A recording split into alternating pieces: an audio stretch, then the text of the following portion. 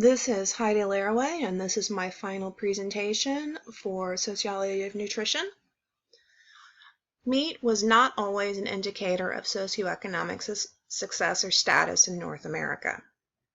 The Native Americans had a hunter-gatherer society that was, if not gender neutral, at least moderately equal regarding the food supply.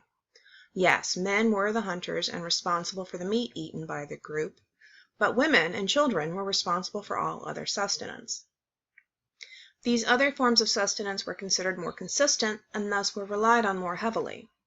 This dynamic, combined with the fact that Native Americans made it a point to use all parts of the animals they killed, meant that there was little, if any, difference in the quality of meat eaten between socioeconomic groups. Through zoo archaeology, it has been scientifically confirmed that the Native Americans resisted the pressure from encroaching Europeans regarding taking up animal husbandry until the late 18th and early 19th centuries. There were multiple cultural reasons for this, including their nomadic lifestyle and the belief that men shouldn't eat certain foods, with the same being for women.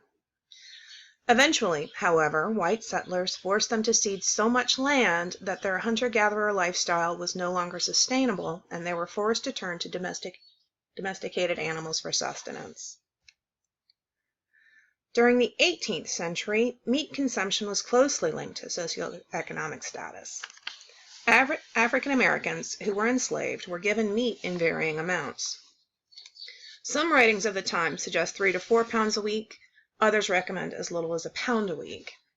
In some regions, slaves were encouraged to put in small gardens of their own and were permitted to have a small amount of livestock, usually limited to hogs and poultry.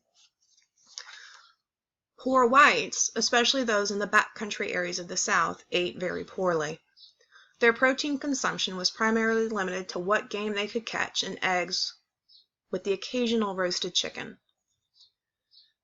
In other areas, those on the lower end of the socioeconomic spectrum ate a great deal of pork, usually salted or smoked. Additionally, meat substitutes, such as blood pudding, gravy, and drippings were used regularly. Beef was not unheard of to those on the lower end of the social scale, but it was usually raised as a commercial endeavor as opposed to being raised for personal use. Those in the upper class ate meat every day and had a greater variety to choose from, with salted meats, fresh beef, pork, and chicken available.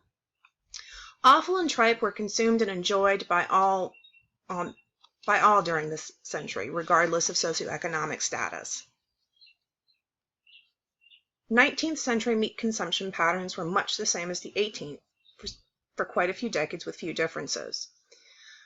Meat consumption in cities was higher, as was consumption of bread and potatoes. In rural areas, meat was consumed, but so were a large variety of vegetables that were unavailable in urban areas at the time. In the North, beef was preferred, with mutton being quite welcome as well.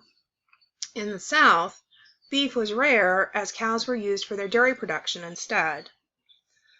Poor whites rarely had beef, and instead relied on a steady diet of pork with the occasional chicken to break the monotony. The wealthy in both regions ate a wide variety of meat. Opulence was the rule of the day, with meat consumption among the wealthy at levels higher than they would be again in America until the 1970s. Happenings in the mid-19th century changed the socioeconomic makeup of America drastically. The Civil War, the railroad boom, and a huge immigration increase all lent to this. The war and the influx of immigrants increased the demand for meat and the railroad a way to deliver it. Thus, the huge meatpacking facilities in a number of cities, including Milwaukee, Cincinnati, St. Louis, and of course Chicago, were born. One packing company, Armour, slaughtered and processed thousands of animals a day. Pigs were slaughtered at the rate of 20 per minute, and nothing went to waste. Chemists were hired to determine how to use all of the animal parts being processed, and as Mr. Armour put it, wasting only the last squeal. Canned and processed meats became widely available and were less expensive than the larger fresh cuts of meat. Thus, the urban poor and middle class ate far more heavily processed meats that contained a number of additives, including boracic acid, and borax used for meat preservation.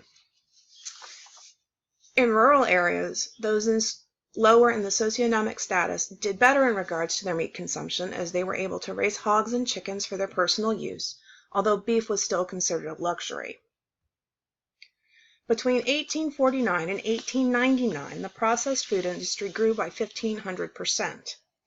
This increased demand created a large number of jobs in a time when working conditions were paid little heed. Used the horrors he witnessed as the basis for Jurgis's fictionalized story. As Jurgis discovers, work in the plant involves back-breaking labor in unsafe conditions. When a worker becomes ill or gets injured, he's cast aside, and hundreds of jobless men fight to replace him. Workers in the pickling room have their fingers eaten by acid. Cooks live in danger of falling into open vats of boiling meat. It was live or die, sink or swim. So the deadened conditions in the slaughtering house and that death that permeated also permeated the battle between the owners and the workers. It created this traditional, naturalistic, deterministic story in which human beings, just like the animals that are pulled up the chute in the packing plants, and they are pulled up with this sense of optimism at the beginning, this idea of going to America, becoming successful, leaving behind the problems of Europe, and then they go down just like the animals, and they are processed too. When The Jungle was published, there was a public outcry. Americans were outraged, and they urged the United States Congress to pass the Meat Inspection Act of 1906. More federal laws followed that prevented packers from adding fillers and impurities to meat. And United States Department of Agriculture inspectors were put in every meat plant in the country.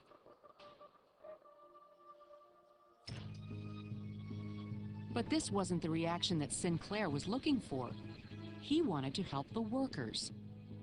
"I aimed at the public's heart," he wrote, "and by accident, I hit it in the stomach."